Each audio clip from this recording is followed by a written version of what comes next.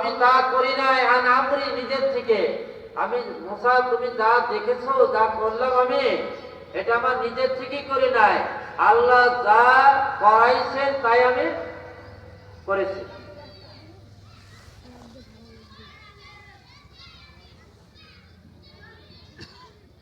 আমাদের নবী করিম সাল্লাল্লাহু আলাইহি সাল্লাম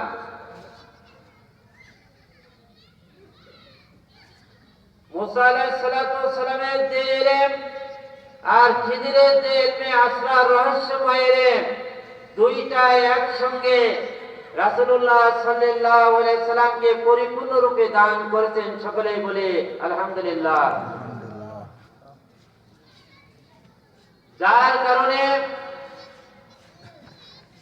উম্মতে মুহাম্মদী সাল্লাল্লাহু আলাইহি সাল্লাম অনেক এমন সাধনা করেছেন, আউলিয়ায়ে কেরাম তাদের শানেই বলেছেন আশিকুকা মিল্লাত মুদাফ খুদায়াত। আশিকদের মদাফ ভিন্ন, আশিকদের মদাফ স্বয়ং খোদার কুদরতি হাতে সীমাবদ্ধ। সুবহানাল্লাহ।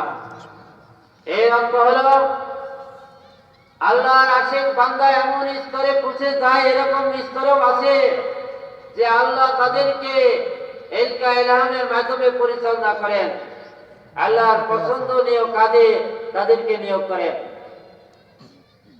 এটা সাধারণ মানুষের পক্ষে হয়তো সম্ভব না, কিন্তু আল্লাহর এরকম খাস প্রিয় বান্দারা আছে।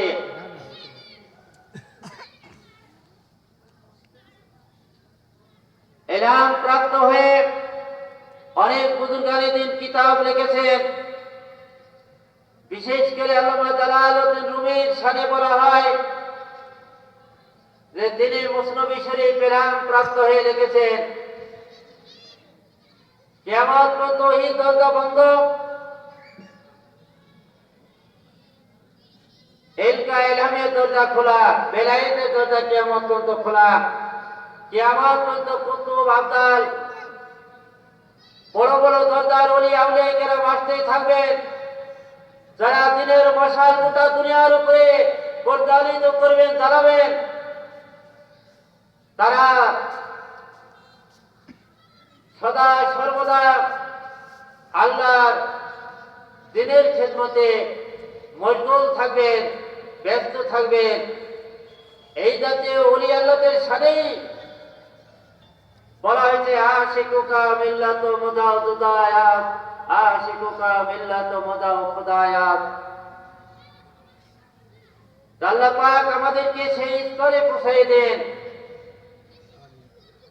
আমরা জিকির করার আগে জবানি জিকির আর অন্তরের সাথে মহব্বতের জিকির, এটা একটু পার্থক্য আছে।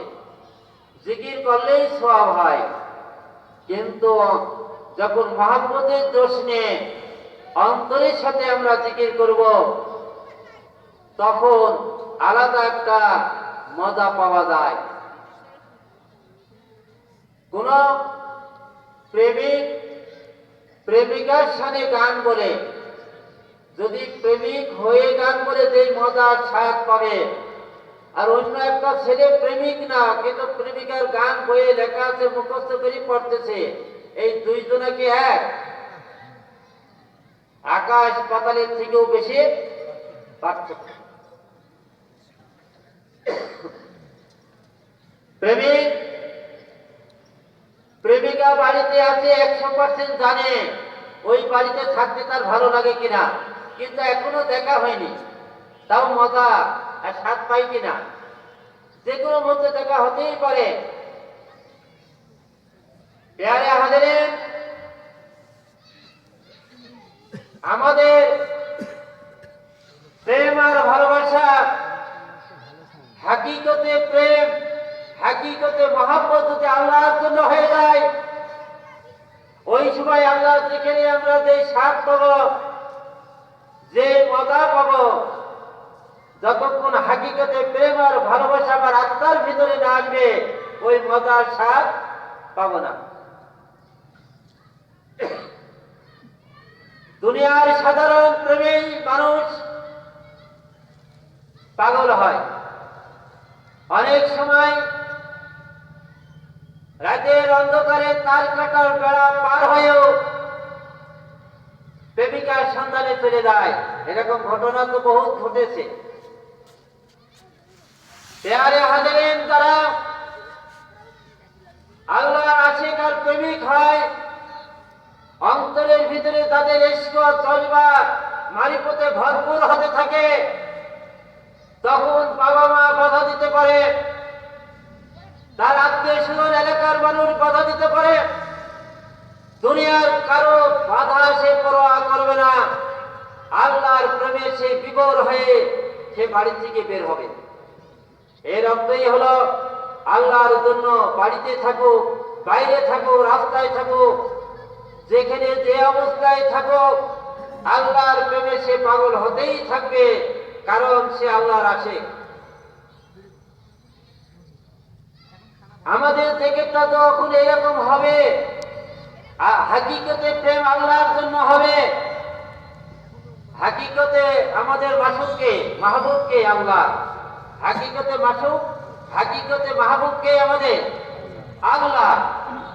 আর বাকি সব মেজাজি, মেজাজি মানে নকল বা দুনিয়াবি হাইসিয়তে আল্লাহ পাক তাদেরকে মহব্বত করতে বলেছেন। আল্লাহর সমর্থন আছে, নবীকে জীবনের থেকে বেশি মহব্বত করো, তাই আমরা করি। বাবা মাকে মহব্বত করো, তাই আমরা মহব্বত করি। এটা মহব্বত করার সমর্থন কে দিছে? আল্লাহ দিছে। কিন্তু হাকিকতে মাসুক আর মাহবুবকে আল্লাহ।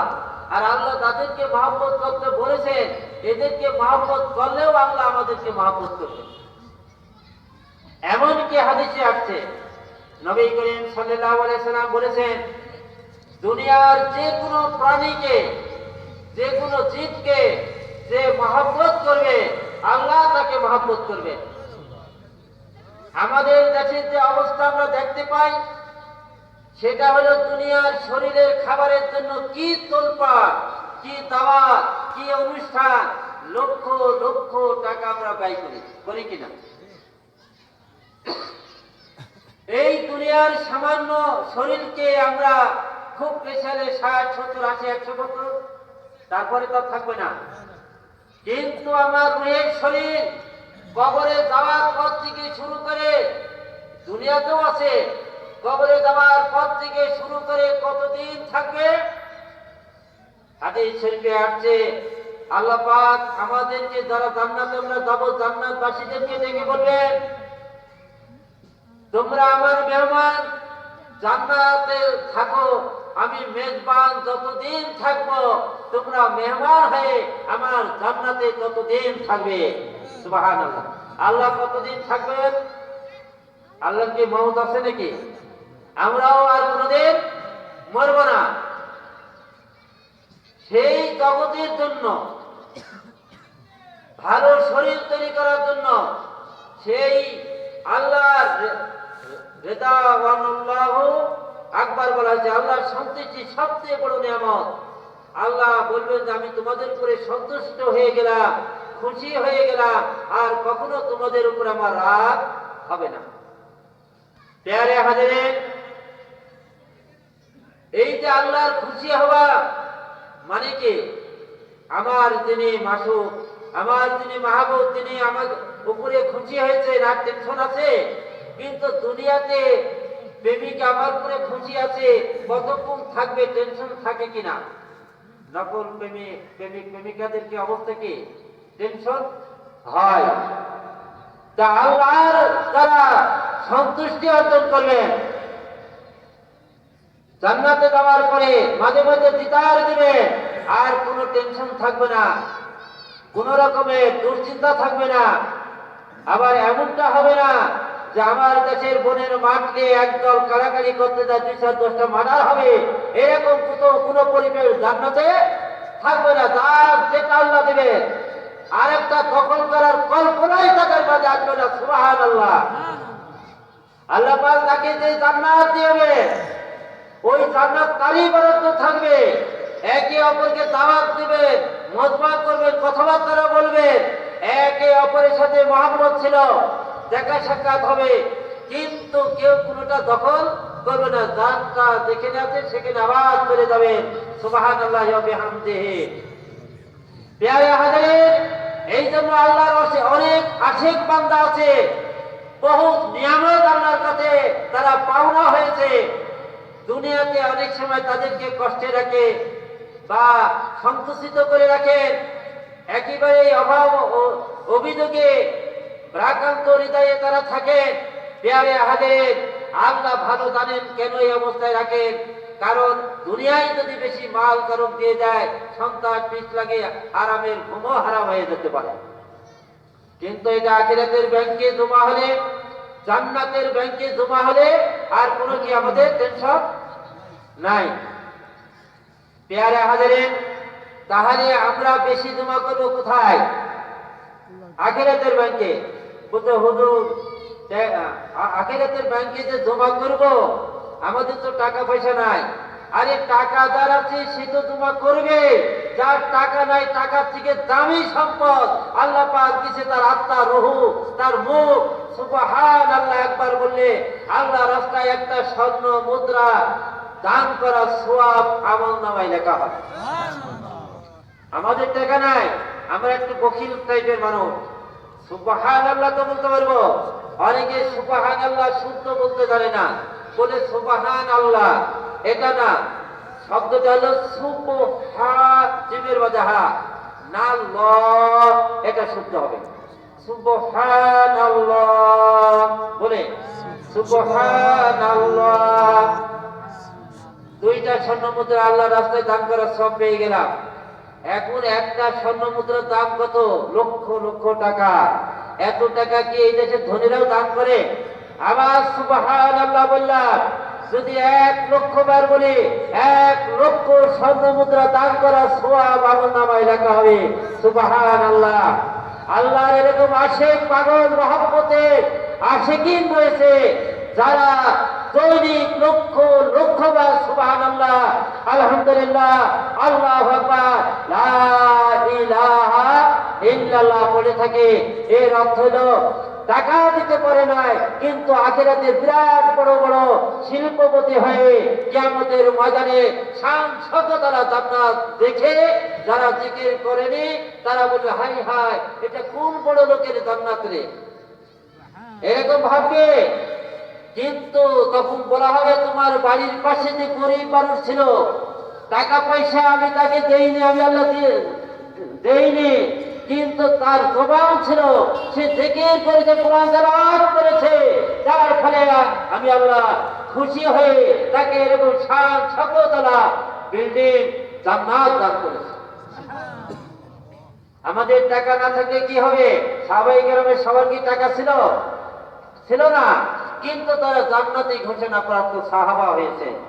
প্রিয় হাজিরিন, এই জন্য এই জিকির আমরা শুধু, এর আগে আমি মাগরিবের আগে বললাম, জিকিরটা যদি মুরাকাবার হালে হয়, আর মুরাকাবার হালটা কি এটা তো আমাদের বুঝতে হবে আগে।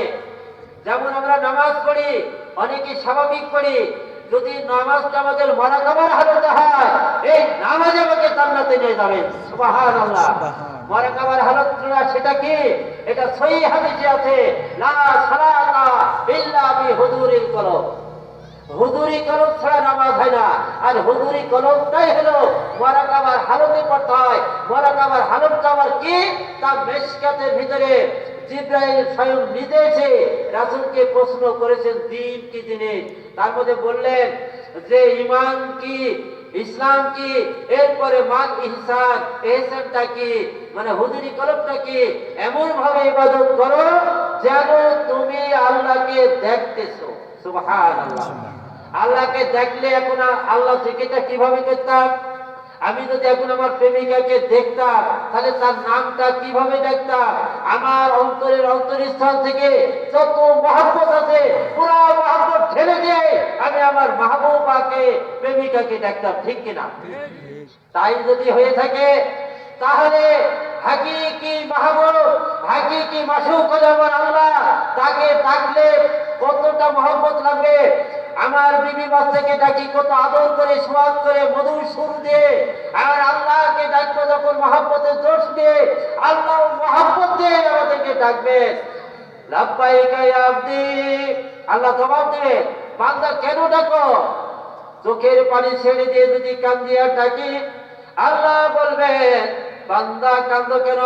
আমার কুদরতি হাত দিয়ে চোখের পানি মুছাইয়ে দিবেন, আর বলবে বান্দা তোমার কি অভাব, তুমি কি চাও আমার কাছে বলো। আল্লাহ তো জানেন